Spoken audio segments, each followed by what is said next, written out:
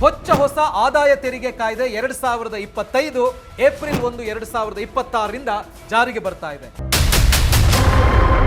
60 ವರ್ಷ ಹಳೆಯದಾದ ಆದಾಯ ತೆರಿಗೆ ಕಾಯ್ದೆ 1961 ಅಧಿಕೃತವಾಗಿ ಇತಿಹಾಸ ಸೇರಲಿದೆ. ಆದ್ರೆ ನನ್ಗೆ ಗೊತ್ತು, ಎಲ್ಲರ ಮನಸ್ಸಲ್ಲಿರುವಂತಹ ದೊಡ್ಡ ಪ್ರಶ್ನೆ ಏನು ಅಂತ ಹೇಳಿದ್ರೆ, ಈ ಹೊಸ ಕಾಯ್ದೆಯಿಂದ ಟ್ಯಾಕ್ಸ್ ಸ್ಲ್ಯಾಬ್ಗಳು ಚೇಂಜ್ ಆಗುತ್ತಾ, ನಾವು ಹೆಚ್ಚು ಟ್ಯಾಕ್ಸ್ ಅಥವಾ ಹೆಚ್ಚು ತೆರಿಗೆಯನ್ನ ಕಟ್ಟಬೇಕಾಗುತ್ತಾ ಅಂತ.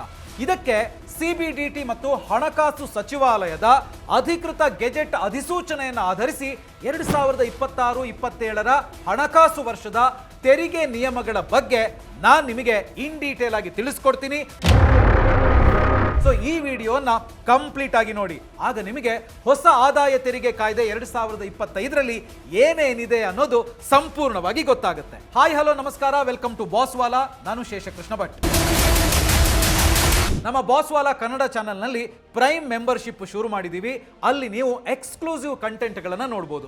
ಚಾನಲ್ ಪ್ರೊಫೈಲ್ಗೆ ಹೋಗಿ ಅಲ್ಲಿ ಜಾಯಿನ್ ಬಟನ್ ಅನ್ನು ಕ್ಲಿಕ್ ಮಾಡೋದ್ರ ಮೂಲಕ ನೀವು ಎಕ್ಸ್ಕ್ಲೂಸಿವ್ ಕಂಟೆಂಟ್ಗೆ ಆಕ್ಸೆಸ್ ಅನ್ನು ಪಡಿಬಹುದು. ಹೊಸ ಇನ್ಕಮ್ ಟ್ಯಾಕ್ಸ್ ರೂಲ್ಸ್ ಅಂತ ಹೇಳಿದ ತಕ್ಷಣ ಎಲ್ರಿಗೂ ಬರೋ ಮೊದಲನೇ ಪ್ರಶ್ನೆ ಅಂತ ಹೇಳಿದ್ರೆ, ಟ್ಯಾಕ್ಸ್ ಸ್ಲ್ಯಾಬ್ ಚೇಂಜ್ ಆಗಿದೆಯಾ ಅಂತ.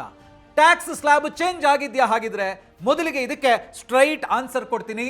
ಟ್ಯಾಕ್ಸ್ ಸ್ಲ್ಯಾಬ್ ಚೇಂಜ್ ಆಗಿಲ್ಲ. ಹೌದು, ಇಡೀ ಕಾಯ್ದೆಯನ್ನ ಬದಲಾಯಿಸಿದ್ರು, ಅಂದ್ರೆ ಲಾ ಫುಲ್ ಚೇಂಜ್ ಆಗಿದ್ರು ಕೂಡ ಹಣಕಾಸು ಸಚಿವಾಲಯ 2026-27ರ ಸಾಲಿಗೆ ತೆರಿಗೆ ದರಗಳನ್ನ ಹಾಗೆಯೇ ಉಳಿಸಿಕೊಂಡಿದೆ. ಟ್ಯಾಕ್ಸ್ ಸ್ಲ್ಯಾಬ್ ಚೇಂಜ್ ಆಗಿಲ್ಲ. ಆದ್ರೂ ಇಲ್ಲಿ ನಿಮಗೆ ಆಯ್ಕೆ ಮಾಡೋದಕ್ಕೆ 2 ದಾರಿಗಳಿವೆ. ಒಂದು ನ್ಯೂ ಟ್ಯಾಕ್ಸ್ ರೆಜಿಮ್, ಇನ್ನೊಂದು ಓಲ್ಡ್ ಟ್ಯಾಕ್ಸ್ ರೆಜಿಮ್. ಸೊ ಮೊದಲಿಗೆ ಎಲ್ರಿಗೂ ಡಿಫಾಲ್ಟ್ ಆಯ್ಕೆಯಾಗಿರುವಂತ ಹೊಸ ತೆರಿಗೆ ಪದ್ಧತಿ ಅಂದ್ರೆ ನ್ಯೂ ಟ್ಯಾಕ್ಸ್ ರೆಜಿಮ್ ಅನ್ನ ನೋಡೋಣ. ಸೊ ಈಗ ನೀವು ಸ್ಕ್ರೀನ್ ಮೇಲೆ ಗಮನಿಸ್ತಾ ಇರಬಹುದು, ಹೊಸ ಆದಾಯ ತೆರಿಗೆ ಪದ್ಧತಿ ಫೈನಾನ್ಷಿಯಲ್ ಇಯರ್ 2026-27 ಹಾಗೆಯೇ ತೆರಿಗೆ ದರ ಎಷ್ಟು ಅಂತ ನೋಡಿ. 4 ಲಕ್ಷದವರೆಗೆ ಇಲ್ಲಿ ಯಾವುದೇ ರೀತಿಯಾದಂಥ ಟ್ಯಾಕ್ಸ್ ಇರೋದಿಲ್ಲ. 4 ಲಕ್ಷದಿಂದ 8 ಲಕ್ಷದವರೆಗೆ 5% ಟ್ಯಾಕ್ಸು, 8 ಲಕ್ಷದಿಂದ 12 ಲಕ್ಷದವರೆಗೆ ಇನ್ಕಮ್ಗೆ 10% ಟ್ಯಾಕ್ಸು, 12 ಲಕ್ಷದಿಂದ 16 ಲಕ್ಷದವರೆಗೆ 15% ಟ್ಯಾಕ್ಸು, 16 ಲಕ್ಷದಿಂದ 20 ಲಕ್ಷದವರೆಗೆ 20% ಟ್ಯಾಕ್ಸು, ಹಾಗೆಯೇ 20 ಲಕ್ಷದಿಂದ 24 ಲಕ್ಷದವರೆಗೆ 25% ಟ್ಯಾಕ್ಸು, ಹಾಗೆಯೇ 24 ಲಕ್ಷಕ್ಕಿಂತ ಮೇಲೆ ಇದ್ರೆ 30% ಟ್ಯಾಕ್ಸು. ಇದು ಹೊಸ ಟ್ಯಾಕ್ಸ್ ರೆಜಿಮ್ ಅಥವಾ ನ್ಯೂ ಟ್ಯಾಕ್ಸ್ ರೆಜಿಮ್ ಪ್ರಕಾರ ಟ್ಯಾಕ್ಸ್ ಎಷ್ಟಿದೆ ಅಂತ ಹೇಳುವಂಥದ್ದನ್ನ ನೋಡಿದ್ವಿ. ನೋಡಿ, ಒಂದು ವೇಳೆ ನೀವು ದೊಡ್ಡ ಮೊತ್ತದ ಹೋಮ್ ಲೋನ್ ಅಥವಾ LIC ಹೂಡಿಕೆಗಳನ್ನು ಹೊಂದಿದ್ರೆ ನೀವು ಇನ್ನೂ ಕೂಡ ಹಳೆಯ ತೆರಿಗೆ ಪದ್ಧತಿ ಅಂದ್ರೆ ಓಲ್ಡ್ ಟ್ಯಾಕ್ಸ್ ರೆಜಿಮ್ ಅನ್ನ ಪರಿಗಣಿಸ್ತಾ ಇರಬಹುದು. ಸರ್ಕಾರ ಹೊಸ ಪದ್ಧತಿಯನ್ನು ಉತ್ತೇಜಿಸ್ತಾ ಇದ್ರೂ ಕೂಡ ಹಳೆಯದಕ್ಕೂ ಅವಕಾಶವನ್ನ ಕೊಟ್ಟಿದೆ. 2026-27ಕ್ಕೆ ಹಳೆಯ ಸ್ಲ್ಯಾಬ್ಗಳನ್ನು ಬೇಕಾದ್ರೂ ಕೂಡ ನೀವು ಆಯ್ಕೆ ಮಾಡಬಹುದು. ಹಾಗಿದ್ರೆ ಈ ಓಲ್ಡ್ ಟ್ಯಾಕ್ಸ್ ರೆಜಿಮ್ ಹೇಗಿದೆ ಅನ್ನೋದನ್ನ ಈಗ ನೋಡ್ತಾ ಹೋಗೋಣ. ಸೊ ಈಗ ಸ್ಕ್ರೀನ್ ಮೇಲೆ ನೀವು ಗಮನಿಸ್ತಾ ಇರಬಹುದು, ಹಳೆಯ ಆದಾಯ ತೆರಿಗೆ ಪದ್ಧತಿ ಫೈನಾನ್ಷಿಯಲ್ ಇಯರ್ 2026-27 ಹಾಗೆಯೇ ತೆರಿಗೆ ದರ ನೋಡಿ. ಹಳೆಯ ಆದಾಯ ತೆರಿಗೆ ಪದ್ಧತಿ ಅಥವಾ ಓಲ್ಡ್ ಟ್ಯಾಕ್ಸ್ ರೆಜಿಮ್ ಪ್ರಕಾರ 2.5 ಲಕ್ಷದವರೆಗೆ ಇಲ್ಲಿ ಟ್ಯಾಕ್ಸ್ ಇರೋದಿಲ್ಲ, ಶೂನ್ಯ ಅಥವಾ ನಿಲ್ಲು.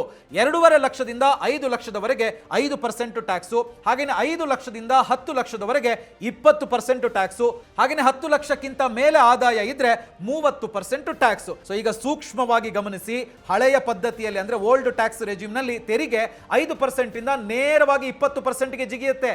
ಇದೇ ಕಾರಣಕ್ಕೆ ಮಧ್ಯಮ ವರ್ಗದವರಿಗೆ ಹೊಸ ತೆರಿಗೆ ಪದ್ಧತಿ ನ್ಯೂ ಟ್ಯಾಕ್ಸ್ ರೆಜಿಮು ಹೆಚ್ಚು ಅಟ್ರಾಕ್ಟಿವ್ ಆಗಿದೆ, ಅಂದ್ರೆ ಆಕರ್ಷಕವಾಗಿ ಕಾಣ್ತಾ ಇದೆ ಅಂತ ಹೇಳ್ಬೋದು. ಇನ್ನು ನೆಕ್ಸ್ಟ್ 12.75 ಲ್ಯಾಕ್ ನಿಯಮ ಮತ್ತೆ ಹೊಸ ವಿನಾಯಿತಿಗಳು ನೋಡಿ. ಹೊಸ ಆದಾಯ ತೆರಿಗೆ ನಿಯಮಗಳ ಅಡಿಯಲ್ಲಿ ಸೆಕ್ಷನ್ 87A ರಿಬೇಟ್ ಇದೆಯಲ್ಲ, ಇದು ಬರೋಬ್ಬರಿ 60,000 ರೂಪಾಯಿಗೆ ಏರಿದೆ. ಅಂದ್ರೆ ನೀವು ಹೊಸ ತೆರಿಗೆ ಪದ್ಧತಿಯಲ್ಲಿ ಅಂದ್ರೆ ನ್ಯೂ ಟ್ಯಾಕ್ಸ್ ರೆಜಿಮ್ ಅನ್ನ ನೀವು ಆಯ್ಕೆ ಮಾಡಿಕೊಂಡು ಸಂಬಳವನ್ನ ಪಡಿತಾ ಇದ್ರೆ ನಿಮಗೆ 75,000 ರೂಪಾಯಿ ಸ್ಟ್ಯಾಂಡರ್ಡ್ ಡಿಡಕ್ಷನ್ ಸಿಗುತ್ತೆ. ಈಗ ಒಮ್ಮೆ ಲೆಕ್ಕ ಹಾಕಿ ನೋಡಿ, 12,75,000 ರೂಪಾಯಿಯಲ್ಲಿ 75,000 ರೂಪಾಯಿಯನ್ನ ಮೈನಸ್ ಮಾಡಿದ್ರೆ ಅಂದ್ರೆ ಸ್ಟ್ಯಾಂಡರ್ಡ್ ಡಿಡಕ್ಷನ್ ಅನ್ನ ಮೈನಸ್ ಮಾಡಿದ್ರೆ 12 ಲಕ್ಷ ರೂಪಾಯಿ ಉಳಿಯುತ್ತೆ. ಅಂದ್ರೆ ಆ 12 ಲಕ್ಷಕ್ಕೆ ನಿಮ್ಮ ತೆರಿಗೆ ಸರಿಯಾಗಿ 60,000 ರೂಪಾಯಿ ಆಗುತ್ತೆ. ಇದನ್ನ ಸರ್ಕಾರ ನೀಡುವ ರಿಬೇಟ್ ಸಂಪೂರ್ಣವಾಗಿ ಮನ್ನಾ ಮಾಡುತ್ತೆ. ಹಾಗಿದ್ರೆ ಇದರ ರಿಸಲ್ಟ್ ಏನು? 12,75,000 ರೂಪಾಯಿಗೆ ಆದಾಯ ನಿಮಗೆ ಇದ್ರೂ ಕೂಡ ನಿಮಗೆ ಯಾವುದೇ ರೀತಿಯಾದಂಥ ಟ್ಯಾಕ್ಸ್ ಇರೋದಿಲ್ಲ, ಅಂದ್ರೆ ಝೀರೋ ಟ್ಯಾಕ್ಸ್ ನಿಮಗೆ ಅಂತ.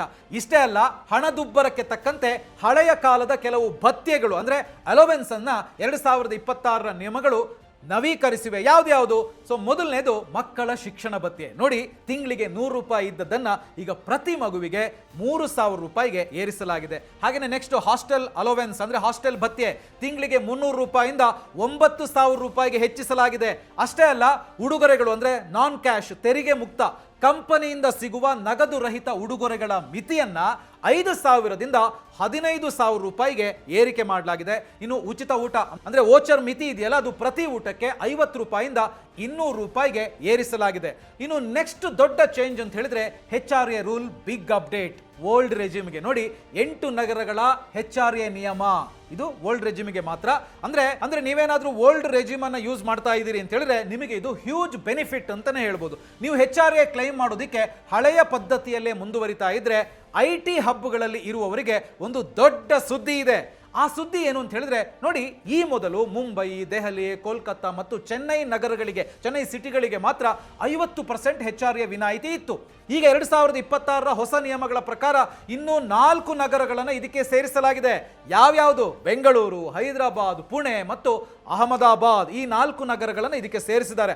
ಅಂದ್ರೆ ಈ ನಗರಗಳಲ್ಲಿ ವಾಸಿಸುವಂತವರು ಈಗ ತಮ್ಮ ಮೂಲ ಸಂಬಳದ ಅಂದ್ರೆ ಬೇಸಿಕ್ ಸ್ಯಾಲರಿಯ 40% ಬದಲಿಗೆ 50% ನಷ್ಟು HRAಯನ್ನ ಕ್ಲೈಮ್ ಮಾಡಬಹುದು. ಆದ್ರೆ ನೆನಪಿಡಿ, ಫೇಕ್ ಕ್ಲೈಮ್ಸ್ ಅವಾಯ್ಡ್ ಮಾಡೋದಕ್ಕೋಸ್ಕರ ಮನೆ ಮಾಲೀಕ ಮತ್ತು ಬಾಡಿಗೆದಾರರ ಡೀಟೇಲ್ಸ್ ಅನ್ನ ಸ್ಟ್ರಿಕ್ಟ್ ಆಗಿ ಸರ್ಕಾರ ಚೆಕ್ ಮಾಡುತ್ತೆ, ಮಾನಿಟರ್ ಮಾಡುತ್ತೆ, ಅಥವಾ ಮನೆ ಮಾಲೀಕ ಮತ್ತು ಬಾಡಿಗೆದಾರರು ಡೀಟೇಲ್ಸ್ ಅನ್ನ ಮ್ಯಾಂಡೇಟರಿ ಆಗಿ ಕೊಡಬೇಕಾಗತ್ತೆ. ಇನ್ನು ನೆಕ್ಸ್ಟ್ ಟೆಕ್ನಿಕಲ್ ಚೇಂಜಸ್, ತುಂಬಾ ಇಂಪಾರ್ಟೆಂಟ್. ತಾಂತ್ರಿಕ ಬದಲಾವಣೆಗಳು, ಫಾರ್ಮ್ಗಳು ಮತ್ತು ಪದಗಳು.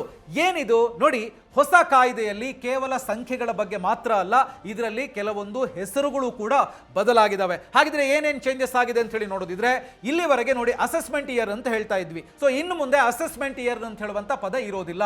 ಹಾಗಿದ್ರೆ ಅದನ್ನ ಏನು ಅಂತ ಕರೆಯೋದು ಅಂತ ಕೇಳಿದ್ರೆ ಅದನ್ನ ಸರಳವಾಗಿ ಟ್ಯಾಕ್ಸ್ ಇಯರ್ ಅಂತ ಹೇಳಿ ಕರೆಯಲಾಗುತ್ತೆ. ಅಸೆಸ್ಮೆಂಟ್ ಇಯರ್ ಬದಲು ಟ್ಯಾಕ್ಸ್ ಇಯರ್ ಅಂತ ಹೇಳಿ ಹೇಳಬೇಕಾಗುತ್ತೆ. ಹಾಗೇನೆ ಫಾರ್ಮ್ 16 ಇನ್ನು ಮುಂದೆ ಫಾರ್ಮ್ 130 ಆಗಲಿದೆ. ಸೊ ಇಲ್ಲಿವರೆಗೆ ಫಾರ್ಮ್ 16 ಅಂತ ಹೇಳ್ತಾ ಇದ್ರು, ಇನ್ಮೇಲೆ ಫಾರ್ಮ್ 130 ಅಂತೇಳಿ ಆಗುತ್ತೆ. ಹಾಗೇನೆ ಫಾರ್ಮ್ 26AS ಇನ್ನು ಮುಂದೆ ಫಾರ್ಮ್ 168 ಆಗಲಿದೆ. ಇನ್ನು TDS ಕ್ರೋಢೀಕರಣ ನೋಡಿ, ಗೊಂದಲಮಯವಾಗಿದ್ದಂತ ಹಲವಾರು TDS ಸೆಕ್ಷನ್ಗಳನ್ನ 192 ಇಂದ 194 ಅನ್ನ ಈಗ ಒಂದೇ ಸೆಕ್ಷನ್ ಅಂದ್ರೆ 393ರ ಅಡಿಯಲ್ಲಿ ತರಲಾಗಿದೆ. ಇಲ್ಲಿ ಗೊಂದಲಗಳು ಇರಬಾರದು ಅಂತ ಹೇಳುವಂತ ಕಾರಣಕ್ಕೆ. ಹಾಗೇನೆ ನೆಕ್ಸ್ಟ್ ಪ್ಯಾನ್ ಎಚ್ಚರಿಕೆ ನೋಡಿ, ವರ್ಷಕ್ಕೆ 10 ಲಕ್ಷಕ್ಕಿಂತ ಹೆಚ್ಚಿನ ನಗದು ಅಂದ್ರೆ ಕ್ಯಾಶ್ ಜಮಾ, ಡೆಪಾಸಿಟ್ ಅಥವಾ ವಿತ್ಡ್ರಾವಲ್ ಮಾಡಿದ್ರೆ ಪ್ಯಾನ್ ಕಾರ್ಡ್ ನೀಡೋದು ಕಡ್ಡಾಯ. ಸೊ ಇದೆಲ್ಲವೂ ಕೂಡ ಚೇಂಜ್ ಆಗ್ತಾ ಇದೆ, ಗಮನದಲ್ಲಿಟ್ಕೊಳ್ಳಿ. ಹಾಗಿದ್ರೆ ಈಗ ನೀವು ಕೇಳ್ಬೋದು, ಹೆಚ್ಚು ತೆರಿಗೆ ಕಟ್ಟಬೇಕಾ ಅಥವಾ ತೆರಿಗೆ ಕಡಿಮೆ ಆಗುತ್ತಾ ಅಂತ. ಅಂದ್ರೆ ಎಲ್ಲರೂ ಕೂಡ ಕೇಳೋದು ಇದೇ ಪ್ರಶ್ನೆ. 90% ಜನರಿಗೆ ಉತ್ತರ ಇಲ್ಲ.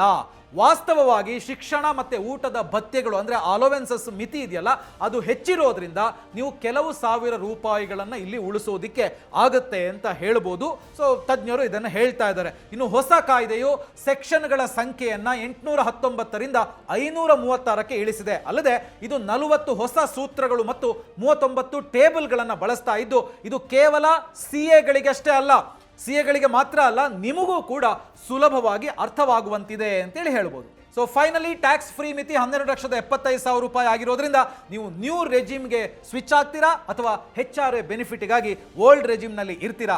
ಕಾಮೆಂಟ್ ಮಾಡಿ ತಿಳಿಸಿ. ಸೊ ಈ ವಿಡಿಯೋ ನಿಮಗೆ ಇಷ್ಟ ಆಗಿದೆ ಅಂದರೆ ಲೈಕ್ ಮಾಡಿ, ಶೇರ್ ಮಾಡಿ, ಬಾಸ್ವಾಲಾ ಕನ್ನಡ ಚಾನಲನ್ನು ಸಬ್ಸ್ಕ್ರೈಬ್ ಮಾಡಿ. ಬ್ರ್ಯಾಂಡ್ ಪಾರ್ಟ್ನರ್ಶಿಪ್ ಮತ್ತು ಜಾಹೀರಾತಿಗಾಗಿ ಸಂಪರ್ಕಿಸಿ brand@bosswala.com. WhatsApp number 9108014192. Bosswala. Be the boss.